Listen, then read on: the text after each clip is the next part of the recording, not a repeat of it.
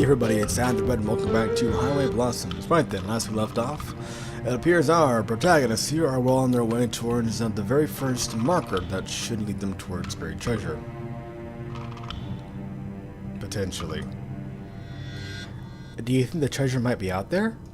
It might be there. It's out there somewhere. Don't know. Not worth a shot. Without everything else to go on. Sure you don't want me to just take you home? Marina hesitates for a moment, turning to the windshield as if to dodge a question with her eyes. No, I think I want to do this. You think? Alright then. I put the car in drive and look ahead. The sun has set, the blue shade of dusk rising to take its place. I press on the gas. Marina turns to me and smiles. That's the road. The sun has long since set and given way to darkness. Only my headlights remain, illuminating the road and silhouetting the small rock formations around us. I've been alternating between the old tape and new ones, immediately throwing on the old tape after finishing a new one and vice versa. I haven't had any complaints from Rita. She's been sitting at my side the entire time, softly humming off-key to the music. She seems to be the type to just accept things as they are, like with the car being stolen or that treasure. Especially that treasure. And to make it worse, it's not just her. Apparently it's some phenomenon now. This is how much I keep with current events. But the whole thing smells like a scam. I bet somewhere all the big shots in that publishing house are gathered up in their corporate tower laughing at the idiots they've ripped off from that book. And then sees, Christ, I'm starting to sound like him. The music turns to static before the cassette is silenced by a loud click. I ejected and reached for the old tape again. Marina notices, taking the opportunity to break the long-held silence. So, you like music a lot? Oh, yeah, I guess. I figured. You've been playing those tapes this entire time. She picks up one of the tapes in the center console and inspects it, going so far as to poke her pinky through one of the holes. Though I'm not sure what you'd call this type of music. Yeah, I've just been playing whatever. Mostly jazz fusion and alt country. There's some new age crap in there for good measure. Most of these are mixtapes I made when I was little. Cool! Any names I recognize? She peeks me through the holes of the cassette, wearing a heat-wide, genuine smile. Sounds kinda cute, I guess. Probably not. Aw, come on, Just saw a flash in my blinds, not sure if it's like lightning out there or what. Anyway, come on, try me. Why not? Maybe not giving her enough credit. You know, Gabriel, Gertrude, Weather Report, Donovan, Metheny. Marina gives sage-like nods and grunts and understanding as it lists out the names. You have no idea who any of them are, do you? Not a clue. Yeah, okay. That's what I thought. Sorry, I usually listen to whatever's on the radio. I crack a slight smile. It's alright. I can see how it might be hard to get into. My gramps call it road trip music. Oh, okay. I still think it's nice though. Makes you really happy. Oh, it's making you really happy. You think so? She taps her finger gently against my cheek. I pull away a little bit, let her do it again. But let her do it anyway. Yeah! Why else would you be smiling? Sorry about that brief interruption there. Anyway. I've never really thought of whether it made me happy before, but I do know it made him happy, so that's good enough for me. That's actually I'm going to California, you know, for a music festival. Ah, okay. For real? Where? Not far from Palm Springs. Palm Springs? Like the actual Palm Springs? Don't know if there are any other Palm Springs in California, but yeah, they do it every year for a few weekends. I went to my first concert a little while ago before I graduated. She rests her head against the window and stares at the road ahead, her smile fading but still there. It was so much fun. An entire weekend of that sounds super awesome. Nah, it ain't that cool. Marina flings her head away from the window and turns to me. Now she's staring at me like I'm crazy. How could you even say that? It's the coolest thing ever. I wouldn't even be able to wait. I want to see all the bands. Sheesh, relax. It's not like I'm taking it for granted. It's just there's only one group I know I want to see so far. That's right. His favorite group. Just one? He was so excited when he got the tickets.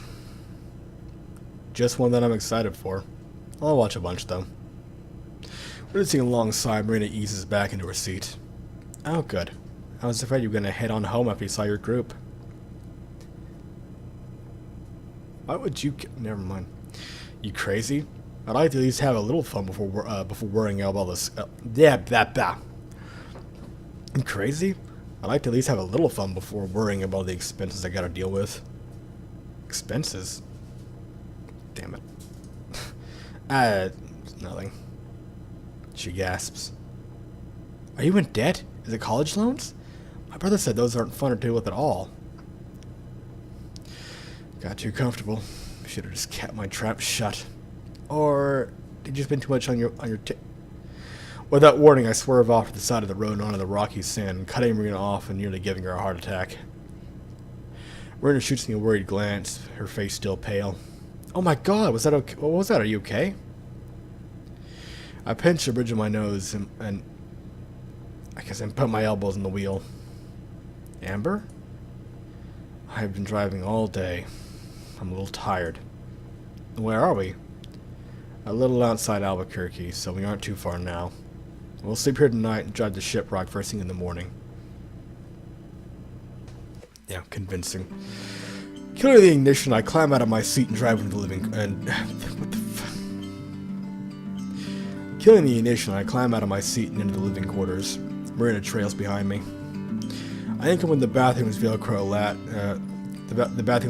latch cupboards. Okay. Inside is a folded stack with a blanket, sheet, pillow, and my old gym clothes from school. I scoot them up and toss them to Marina. She scrambles to catch it, desperately balancing them as they lean out of her arms. Start with the clothes. I don't have any actual pajamas. You can sleep on the couch. She folds out into a bed. Oh, okay. Alright then, see you in the morning. With that, I step into the back room and slam the sliding door before collapsing on the oversized bed. Even in the darkness, I can make out the pictures hanging on the wall.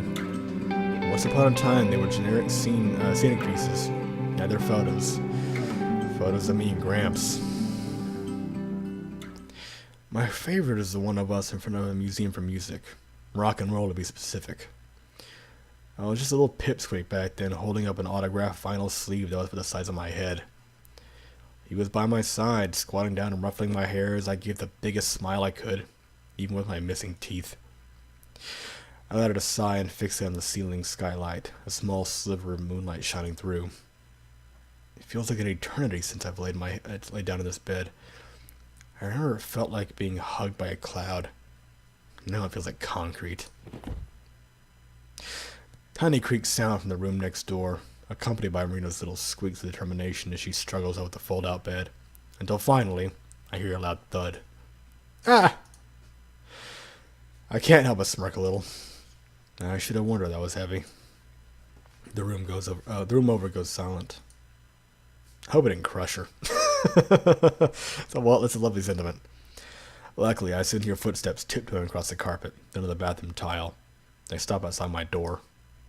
Hey, are you awake? Her voice is weak, barely above a whisper. It's almost impossible to hear as it's muffled at the door.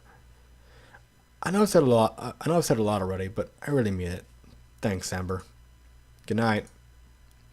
I continue to stay silent. In the dark, the ceiling looks like it's constantly changing in size and dimension. Sometimes getting bigger and further away, other times getting closer and smaller. I look down. Through the crack under the door, I can now see her shadow turning around to leave. The words slip out of my mouth before she can even take her first step. Night, kiddo.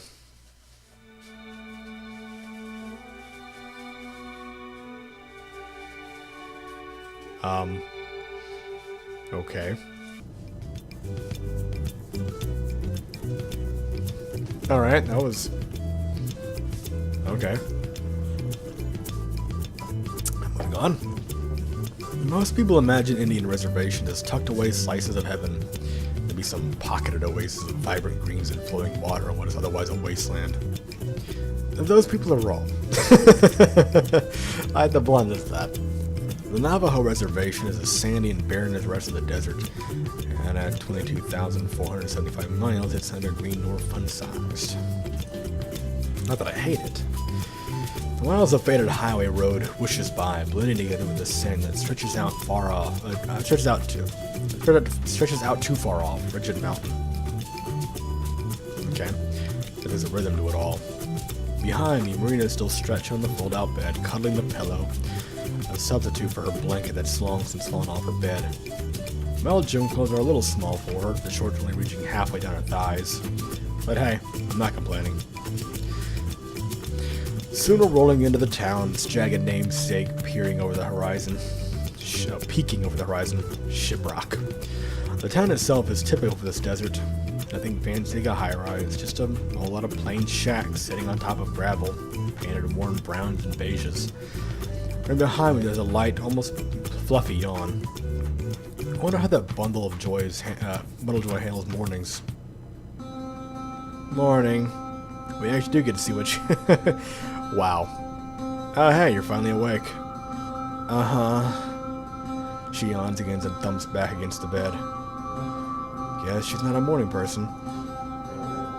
There's still some coffee in the... Oh, wow, is that Shiprock? I take it back. Marina rushes behind me and grabs the back of the seats, her eyes sparkling. It's huge! I can't believe we can see it from so far away. On closer inspections, my clothes are way too tight for her. My poor shirt is being stretched to its limit. Not that you would complain, of course. Of course, that doesn't bother her at all, or you. I don't know if I'm more embarrassed for myself or for her. Well, we have to get moving now, so get dressed or whatever. Sure thing. She scampers off to the back, finally giving me room to breathe as I make my way to the driver's seat. Until I accidentally glance at the rearview mirror. In the middle of the motorhome, Marina slips out of her pajamas and into her regular clothes. Jeez, the bathroom is right there. I adjust the mirror and try my hardest to stay focused on anything else I can look at. You try your hardest, but did you succeed? Fully dressed, Marina pops back up beside me and settles into the passenger seat. The desolate road continues on until suddenly, as if out of nowhere, we're greeted by a line of cars, RVs, buses, and every other kind of vehicle under the blazing sun. All lumped together, stacked one on top of the other, side by side, and every single one blasting their horns. Great. What the? Whoa, you think this is because of the treasure?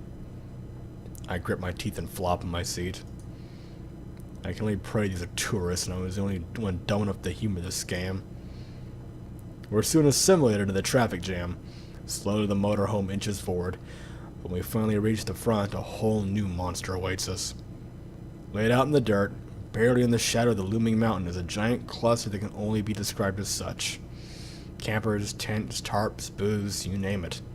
A chaotic horde of people crowd around the entire unorganized mess. I cringe at the very sight of it. I'm in hell. And that's a good place in this episode. Thank you very much for watching, and I will see you next time.